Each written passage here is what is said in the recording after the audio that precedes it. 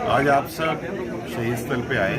सबसे पहले तो आप सबका धन्यवाद कि आपने हमारे शहीदों को नमन किया और उनकी याद में आप सब हमारे साथ 2 मिनट का मौन भी आपने रखा, तो आप सबको बहुत बहुत धन्यवाद पूरे समाज की तरफ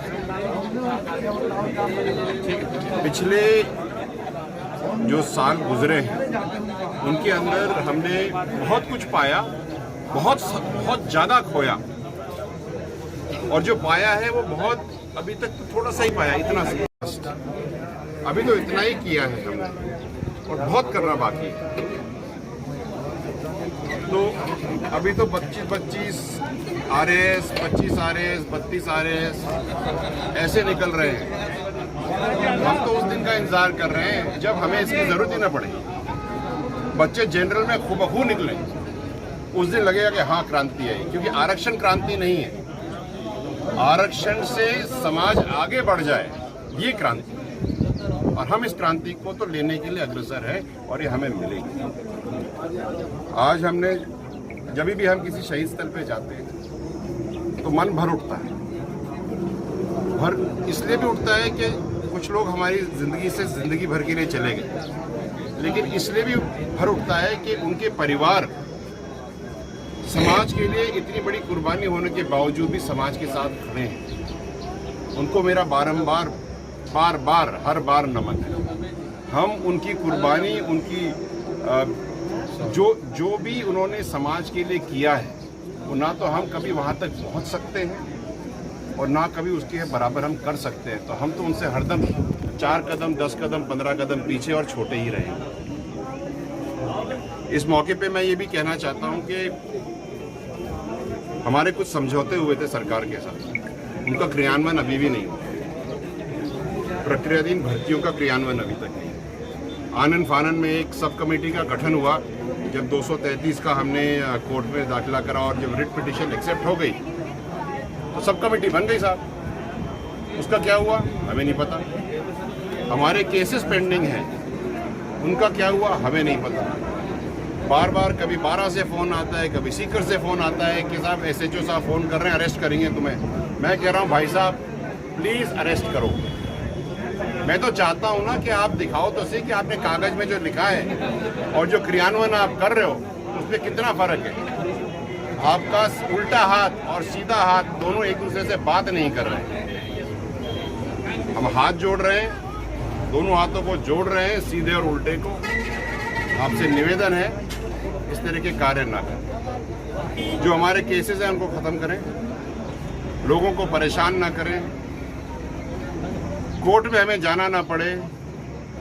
हमारे जो 372 लोग हैं जिनके लिए एक सिटिंग कैबिनेट मिनिस्टर ने अपने हरे रंग की शाही से साइन किया है, उस सिग्नेचर का कोई मोल है या नहीं? या आनन फानन ने चढ़ दिया उठ गए सुबह और साइन कर दी। या तो बोल दो कि दे रहे हो, या कह दो कि समझौता हुआ था। 2022 मिड में बैठे हैं, आपकी सरकार को 1.25 साल बचे। 1.25 साल ही कहूँगा क्योंकि जो माहौल दिख रहा है लग तो नहीं रहा कुछ हो रहा है। आपने अपने मैनिफेस्टो में लिखा था कि बैकलॉग दोगे। भूल गए मैनिफेस्टो नाम की कोई चीज़ भी हुआ करती थी जहन में। मेरे ख्याल से पॉइंट नंबर 24 पॉइंट नंबर 3 था। उसके अंदर जब आपने मैनिफेस्टो में लिखा कि हम बैकलॉग देंगे तो मुकर क्यों गए हो? हमने तो आपको सेंट्रल गवर्नमेंट का ऑर्डर भी दिया था जिसमें क्लियरली लिखा हुआ है 2015 का मई का ऑर्डर, 18 मई मेरे ख्याल से 2015, डेट चेक कर लीजिए। उसमें क्लियरली लिखा हुआ है कि backlog has to be calculated for OBCs on the same lines and structures as the backlog is being calculated for STs and SCs. So why the hell are you sitting around? हम अपना काम नहीं करेंगे, आप अपना काम नहीं करोगे तो हम अपना काम लट के बल पे करेंगे। आपको समझना चाहिए ये हमारी शराफत की भाषा को आप अन्यथा ना लें। जो सरकार को मैं चेता रहा हूँ, हमारे केसेस खत्म करिएगा, हमारे को बैकलॉग दीजिएगा, हमें प्रक्रियाधीन भर्तियां दीजिएगा। 372 जिसमें आपने साइन किया है वो दीजिए, नहीं तो कह दीजिएगा आपके सिस्टम में जो भी बंदा साइन करता है वो फर्जी और बिना किसी मूल का सिग्नेचर। मजाक लगा रखी है हर चीज। आज क्या क्या डिसीजन हुए हैं सर? डिसिजन भूरा बगीचे पर। आज मैं सबसे पहले तो उन शहीदों को नमन करता हूं जिन्होंने इस पीपल खेड़ा की धरती से एक वो मिसाइल जलाई माननीय कर्नल साहब के नेतृत्व में कि देश और दुनिया में इस कौम की एकता का सूत्र बंधा।